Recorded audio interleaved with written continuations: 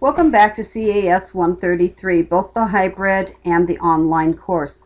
Remember, the largest difference between the two shells is basically color, mostly to keep me from becoming confused versus you. And we're going to be talking a little bit about, already did the intro, you should have already seen how to navigate this first part up here, the reading. And remember, you need to get your textbook, have it by the beginning of the third week. It's really important you go through a reputable location. I've had students not get their textbook for the first 6 weeks, which basically means they end up dropping the class. So, you've read through all the intro parts, you're aware of tutoring, you've gone through the resources, and we're now into week 1.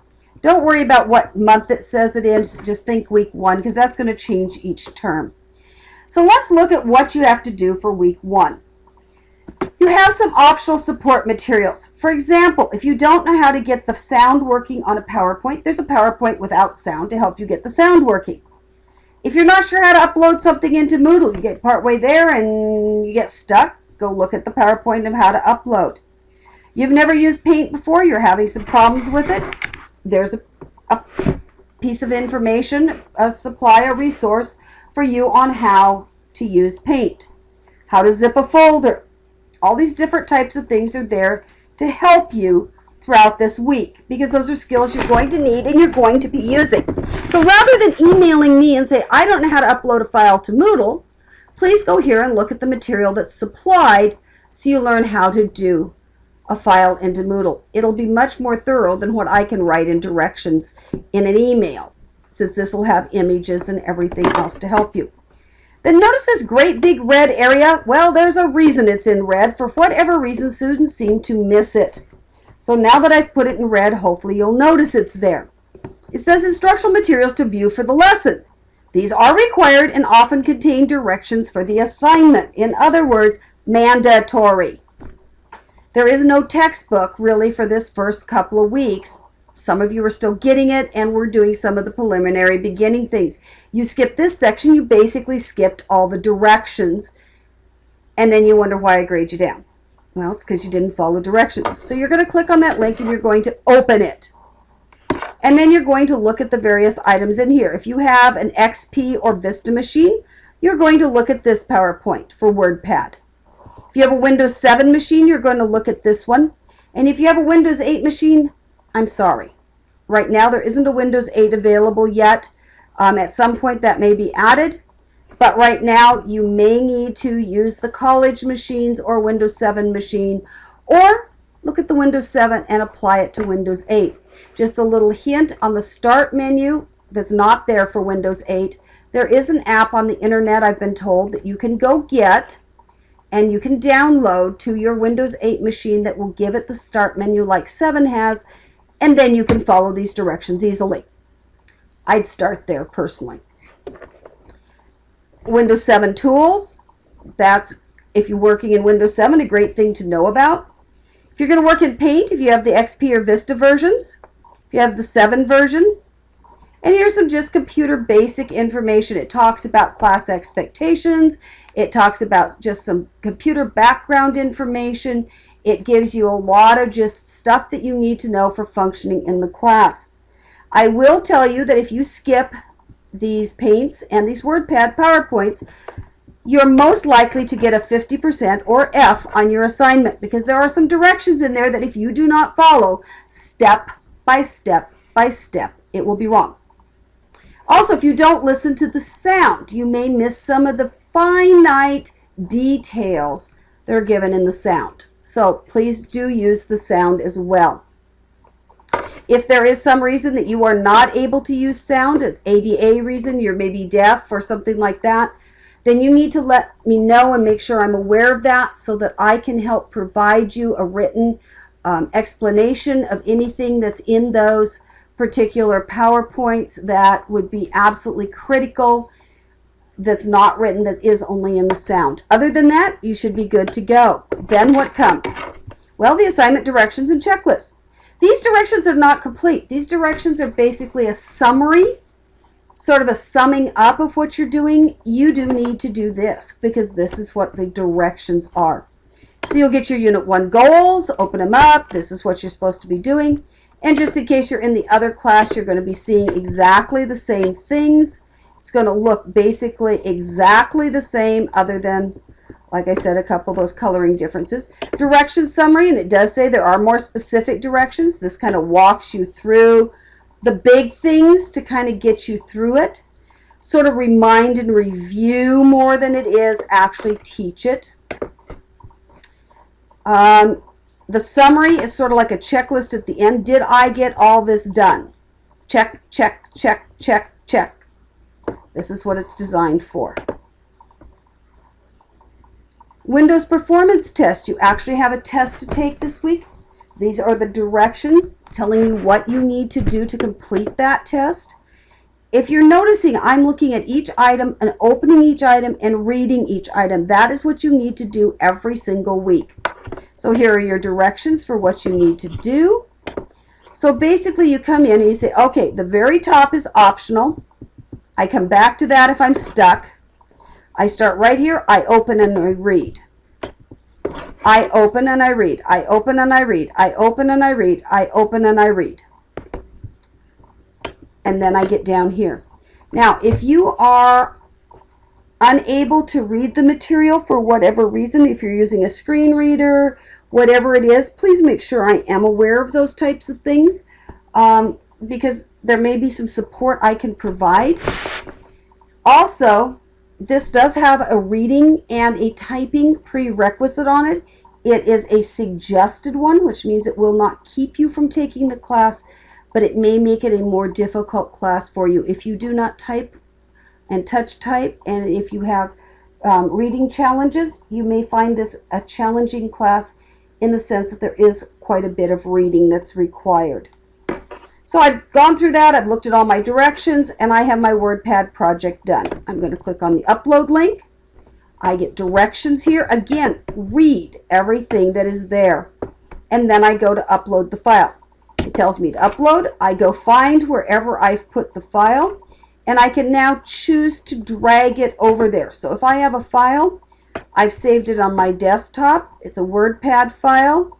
I want to grab it, I want to drag it, and then I want to drop it right there, and it'll let it go and upload, and then you hit Save Changes. That is a change from other Moodles that you have probably used. This is the new and updated Moodle. So you'll find that that is a change. Go back to my class.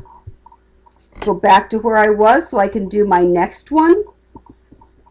And now I can upload my paint project, same way. Upload my Windows performance test. And there this week are two forums. The first one is an introduce yourself. You come in here and read what is written. This is, again, one of those things where you just need to read everything. So I'm going to add a new discussion. I'm going to say, hi, my name is, and then I'm going to go in here and introduce myself. Okay. Now at this point I can choose whether or not I want copies of the email or not. There's pros and cons. The nice thing about getting copies is then you don't have to log in almost daily and go through and read all of these. You can read them in the email format. It does save you time. The bad thing is it does pretty well bomb your email box. And since it is expected that you're reading it, if you would rather log in and go read them, that's your option. But the option of not getting the emails and not reading them should not be your choice. Now, I've done that. I have completed that forum. I've introduced myself.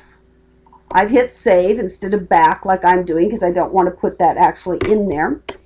And I have to do one more thing. You have to introduce yourself to the class, and you always have to reply to one other person. So maybe Sam has an introduction here. I would go down, I would click on Sam's, and I would reply to Sam's. Again, it needs to be a couple of sentences, thoughtful, conversation like you might have in a class during a class discussion. It's not like raising your hand and going, yo man, hey dude. Doesn't work real well. I don't tend to give credit for those types of responses. And most people don't raise their hands and make those responses in class, so therefore don't do it in the forum. The next forum is a little bit different. It is a disaster form, and while we would like to believe that you will never be the recipient of the disaster, you are to go in here and give a pretty detailed and thoughtful reply to what will you do if something happens. Your hard drive dies, you wash your flash drive, your computer quits working, your internet router service provider goes down. What is your plan? Because technology problems are not an excuse for late work. You need to have backup plan 2 and maybe even backup plan 3. Just make sure your backup plan actually will work. If you work night shifts and say, I'm going to go to the college, and the only time you could go is, say 2 o'clock in the morning, it's not going to work. The other thing is, if the only time you can go to the college is Sunday afternoon, they're not open. So please make sure that wherever you say you're going to go has Office 2010. It has Windows, not a Mac, not a Linux, not something else, but it is a Windows machine with Office 2010 on it. And they are available the hours that you can go.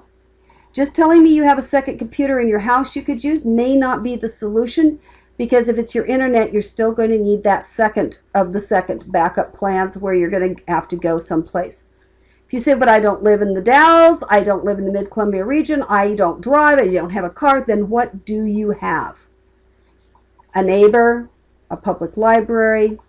Because if you don't have any backup to something going wrong, or you don't have the financial resources to buy the textbook, you need to be out of the class. You're not going to make it without the textbook, and if you lose your computer access and cannot get to some place that can get you back on and going until such time as you can recover in some way, you're probably going to end up failing the class, and I hate to see that happen. So you might not be in the place to take the class at this point.